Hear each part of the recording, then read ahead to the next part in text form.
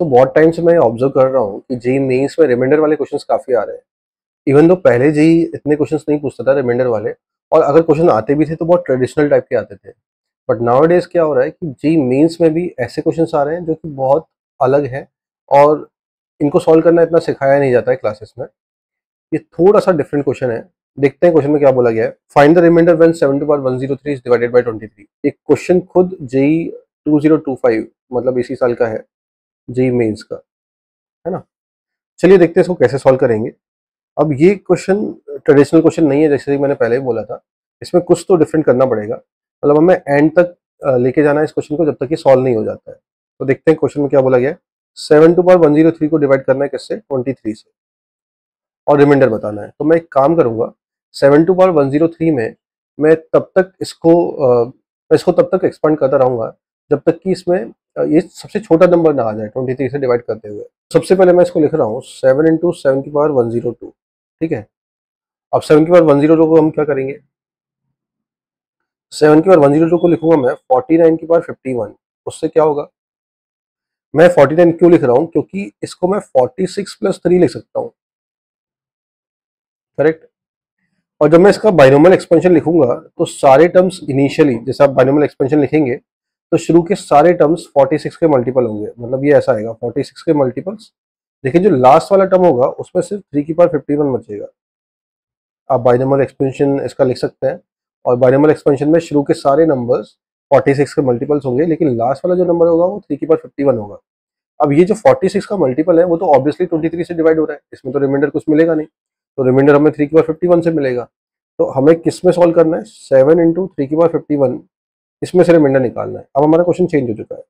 अब हमें इसमें से रिमाइंडर निकालना है व्हेन डिवाइडेड बाय 23। तो फिर से मैं काम करूंगा, इसको 23 के पास लेके जाऊंगा।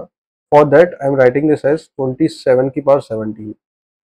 3 क्यूब को मैंने 27 लिख दिया। अब 27 को लिखा मैंने 23 प्लस 4 की पावर 17, और जिसका एक्सपेंशन अगर हम करें तो शुरू के सारे टर्म्स 23 के मल्टीपल्स होंगे, और एंड वाला टर्म होगा 4 टू पावर 17, राइट? है ना? और इसको मैं 23 से डिवाइड करना है, तो ये तो पूरी तरीके से 23 से डिवाइड हो गया, 23 की है। बचेगा क्या हमारे पास? 7 इंटू 4 की पावर 17 बचेगा हमारे पास। अब क्या करें? अब एक काम करते हैं, एक 4 को भी बाहर निकालते हैं और बचेगा 4 की पावर 16, जिसको मैं ले सकता हूँ 28 इंटू 256 की पावर 4। 4 की पावर 4 मैंने निकाल लिया, मतलब 256 निकाल लिया। 256 क्यों निकला उसका भी एक लॉजिक है। 256 को अगर मैं 23 से डिवाइड करूं तो 11 टाइम्स डिवाइड होता है, और इसमें हमारे पास 3 रिमाइंडर बचता है, ठीक है? 3 रिमाइंडर बच रहा है। तो ये जब मैं एक्सपेंशन लिखूंगा तो शुरू के सारे टर्म्स फिर से 23 के मल्टीपल होंगे। बचेगा क्या हमारे पास? 3 की पावर 4 रिमाइंडर जैसा बचेगा। अब इसको 23 से डिवाइड करना है, तो मैं 28 को तो लिख रहा हूँ 23 प्लस 3, और 3 टू पावर 4 81 है, जिसको मैं लिख रहा हूँ 69 प्लस 12। एक्चुअली 23 प्लस 5 आएगा इधर। 23 प्लस 5 इंटू 69 इंटू 12। जब आप इसको ओपन करोगे तो सब शुरू के सारे टर्म्स 23 के मल्टीपल्स होंगे, बट एंड में 60 बचेगा। अब ये जो 60 है इसको आप 23 से डिवाइड करो तो ये आ जाएगा। 60 को मैं लिख सकता हूँ 23 इंटू 2, 46 प्लस 14। जब इसको 23 से डिवाइड करेंगे तो रिमाइंडर क्या आएगा? 14 आएगा। Reminder will be 14।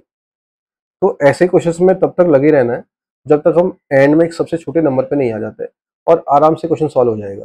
तो इसका मतलब इसका जो रिमाइंडर आना चाहिए दैट शुड बी 40, राइट?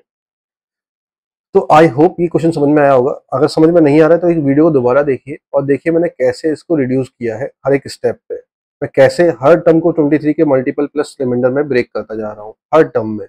आप जरूरी नहीं कि इसी मेथड को फॉलो करो, ये जरूरी नहीं है कि आप इसी मेथड को फॉलो करो। जैसे यहाँ पे मैंने 4 की पावर 16 को 256 की पावर 4 लिखा है, जरूरी नहीं है।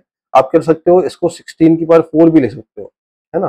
फिर 16 को आप लिखोगे 23 माइनस 7 की पावर 4, तो ये 7 की पावर 4, इसके आगे आप प्रोसीड कर सकते हो। तो तरीके बहुत सारे हो सकते हैं, आंसर सेम ही आएगा, बस आपको सही तरीके से सॉल्व करते जाना है, राइट? अगर आपको कोई डाउट्स है तो आप कमेंट सेक्शन में कमेंट कर सकते हैं। आई होप ये वीडियो समझ में आया होगा। Will meet in the next video. Thank you.